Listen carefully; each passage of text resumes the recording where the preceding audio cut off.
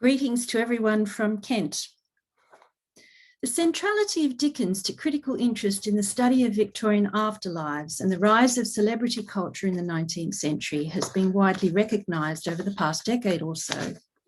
However, as Juliet John noted in 2018, research on Dickensian afterlives has overwhelmingly tended to focus on Dickens's posthumous relationship with the screen and on the representation of versions of Dickens's works since his death. One aspect of the posthumous remediation of Dickens that has received relatively little attention is the work of those contemporaries who capitalised upon his celebrity on the lecture circuit after his death. The development of the transnational lecture tour was a central feature of 19th century authorship at a time when authors were becoming celebrities and celebrities were becoming international. By mid-century, authors like Thackeray and Dickens had already discovered the value of the lecture and public reading platform as a new medium through which to cash in on popular interest in their work. Their performances of authorship fed the development of a celebrity culture that a host of later lecturers was subsequently able to exploit. I focus here upon one of them, the American journalist Kate Field, examining her platform performances in the US and Britain as a case study in the 19th century mediation of celebrity. Between December 1867 and April 1868, Dickens delivered 76 public readings from his work throughout America. The state of feverish excitement that possessed the city of Boston in anticipation of his arrival there was described in the report on his first reading, sent by telegraph to the New York Tribune, that appeared in the paper on the 3rd of December. Quote, "No sooner was the news flashed along the cable that he was coming than everything was immediately put in apple pie order. The streets were all swept, every bookseller's window was stacked up with copies of Ticknor and Fields' new edition of Dickens. The cigar shops came out as one man with their brands all new christened, and nothing is smoked, chewed, or taken as snuff today but Little Nell's cigars, Mr. Squeers's fine cut, the Mantalini plug, and the genuine Pickwick snuff. While at every turn, in the illustrated newspapers, in the hotel office, and in all the shop windows, the new portrait of Mr. Dickens is to be seen." The reporter was Kate Field, who attended virtually all of Dickens's readings in Boston and New York, covering the tour for the Tribune in 7 extended reviews and making her name as a journalist in the process. As Mark Twain later grudgingly acknowledged, on the basis of these letters sent from Boston, Kate Field became a celebrity at once. Her coverage included colourful eyewitness reports of the heterogeneous crowds queuing for hours to purchase tickets, descriptions of the conditions under which the readings were given, and detailed reviews of Dickens's performances, noting in particular his talent for histrionic impersonation. Reporting on his first reading in New York, for example, Field remarked how, quote, "In reading as well as writing, he enters into every character that he creates. His personality for the time is extinct. Now he is Scrooge, presently he is Mr. Fezziwig, anon he is Bob Cratchit, and by he passes with extraordinary versatility of mood through the guises of Sergeant Buzzfuzz, the little judge, Mrs. Cluppins, Winkle the renowned sportsman, and Samuel Weller. The several personations are complete at all points." As her most recent biographer, Gary Scharnhorst, notes, Field's description of Dickens's American reading tour remains even today one of the most important accounts of his stage method. Her ability to transport newspaper readers imaginatively to the scene of Dickens's public readings through her eyewitness reports earned wide acclaim. The Springfield Republican called them, quote, "the next best thing to seeing and hearing the original."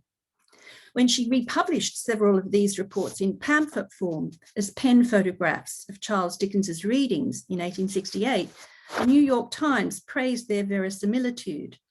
"These lively, graphic, piquant, witty, humorous, pathetic, Dickens-esque pictures of actual scenes and, even though it seems impossible, of actual sounds are admirably truthful."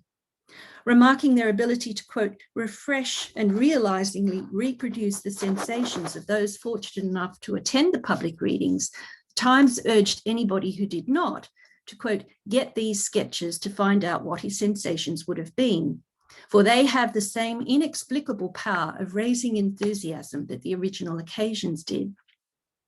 It was this capacity to replicate Dickens's presence in her reportage that Field harnessed when, following his death in 1870, she decided to prepare a lecture based upon the reviews she had written for the Tribune.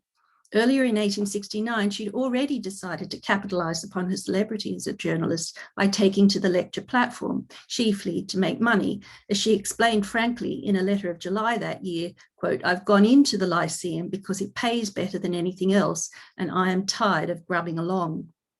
According to Carolyn Moss, she thus became one of the first professional female lecturers and held almost at once first place on the Lyceum platform. When Dickens's death was announced in June, she made a last-minute change to her program for the 1870 to 71 season, abandoning her planned lecture on Elizabeth Barrett Browning and preparing a lecture on him instead. She spent the summer months rereading all of his novels and by September had finished a draft. As Scharnhorst observes, it would become her signature lecture, the most popular lecture in her repertoire, one she delivered literally hundreds of times over the next quarter century. Field gave her first performance of An Evening with Charles Dickens at the Globe Theatre in Boston, then under management by Charles Fector, on the 16th of November, 1870.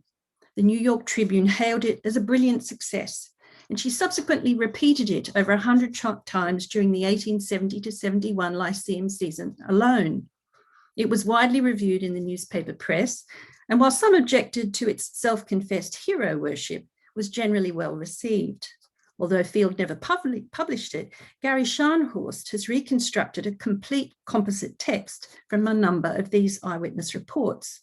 Examining this text and the contemporary press reports of her platform performance, we can see how Kate Field's lecture on Dickens forms an interesting case study in the mediation of celebrity. In her study of authorship in the 19th century transatlantic lecture tour, Amanda Adams argues that with books being reproduced at an accelerated rate and photographs of authors being sold and printed, the lecturing author became an event, offering audiences a chance to see the real thing, the genuine article, the original, authentic source of the reproduced art object that they had in their homes. Following Dickens's death, of course, there was no further prospect of encountering the original in person. But Field's lecture seemed to bring the members of her audience into the presence of Dickens's fame, even as it augmented her own celebrity in the process. Malcolm Andrews has described the extraordinary pains that Dickens took with the perfection of his platform set, and notes that as public reader, he was deliberately offering a drawing room entertainment as distinct from a theatrical performance by establishing a polite parlor ambience and cultivating a special rapport with his audience. Dickens always appeared in formal evening wear for his readings, and while not a drawing room, his set was composed of domestic furnishings. These were described by Field in her reports for the Tribune, including the bespoke reading desk, quote, "covered with rich crimson velvet, with its square block at the left-hand corner on which the reader rests his book and uses it beside as an accessory in his byplay." These careful arrangements seem to have offered a model for Field herself, for in presenting An Evening with Charles Dickens, she took similar care with the arrangement of her set. The Chicago Tribune, noting that its appearance, quote, "was different from the usual bare boards and empty pulpit. A carpet on the stage, a small stand covered with green and sustaining a basket of flowers, and an argand lamp with porcelain shade were novelties to a lecture room, and a suitable background would have transformed the hall into a very fair similitude of a parlor." Indeed, Carolyn Moss claims that she looked and behaved on stage like a society hostess receiving guests. The title given to her lecture, An Evening with Charles Dickens, suggests as much, implying an invitation to a private soiree rather than a public performance. The New York Herald remarked that she chats pleasantly along in a vein that constantly reminds the hearer that he is listening to a beautiful, accomplished, and charming lady. Indeed, the entertainment resembles more the sparkling gossip of a drawing room tete-a-tete than the hard logic and instructive dullness of the lecture theatre. A number of reviewers dwelt upon Field's clothing and appearance in minute detail. The New York Times reporting, for example, that she was dressed in a rose-coloured silk with train trimmed with narrow flounce and roses at the same. The waist was cut in postilion jacket with pointed ends in front and caught at the bust with rosebuds, open at the throat, pompadour, revealing a velvet necklace fastened with a diamond pendant, which with gold bracelets and a few handsome rings completed the ornament of a very tasteful toilette. Like Dickens, Field was concerned to make her performances redolent of an entertainment at home rather than the lecture hall or the theatre. Indeed, Field's lecture on Dickens and newspaper reports upon it suggest that she was consciously echoing features of his reading performance beyond the arrangement of her stage set and appearance. For example, her lecture began with a rather Dickensian graphic sketch of the throng queuing to purchase tickets for Dickens's Boston reading. The illustration here is actually of the New York queue, not the Boston one. On a raw copper-coloured morning in December 1867, a motley crowd ranged in single file before the Boston publishing house of Fields, Osgood and Company, and so closely packed as to seem as if the living mass had been caught and spitted for some cannibalistic festival. The effect of this opening in medias res with its present tense immersion in the street scene continued as Field dramatised a dialogue between the crowd of Bostonians and a stranger who has never heard of Dickens. And apologies, I can't do the Yankee accent here. "'Tain't election day here, is it? Oh no, we are buying tickets. Buying tickets? For what? For Dickens's readings. Dickens? Dickens? Who on earth now is Dickens? Such is fame. Why, don't you know the great novelist? Never heard of him in all my born days. But if there's any critter on earth can keep this crowd together with the mercury clean way out of sight, may I be everlasting skewered if I don't see him." The exchange echoes Dickens's alertness to speech styles and voices in his reading performance. Furthermore, in presenting her evening with Charles Dickens, Field seemed to partake of her subject's own histrionic powers, arguing that for complete acquaintance with Dickens's works, the lecture last evening was incomparably the best essay yet written on Dickens. The New York Times praised Field's skill in impersonation. Miss Field shuffles Quilp, Pogram, Pickwick, Mrs. Nickleby, and most of the rest upon the stage and off it, as if they were real people, makes one see them, feel their peculiar presence, and talk with them. Field had observed in her reports for the Tribune the remarkable way in which Dickens's characters are real to him, and he makes them real to his readers, and therein consists the spell that he wields, no less as an actor than as a writer. And she sought to share his distinctive ability to graft the fictional world onto the real in her lecture. As one reviewer noted regarding her wry defence of the truthfulness of Dickens's painting of character, quote, "Miss Field declared that Mrs. Nickleby, sitting in presence there in the lecture hall, had actually asked her whether it was conceivable that such a person ever existed. And the answering laughter confirmed the success of this distinctively Dickensian gesture."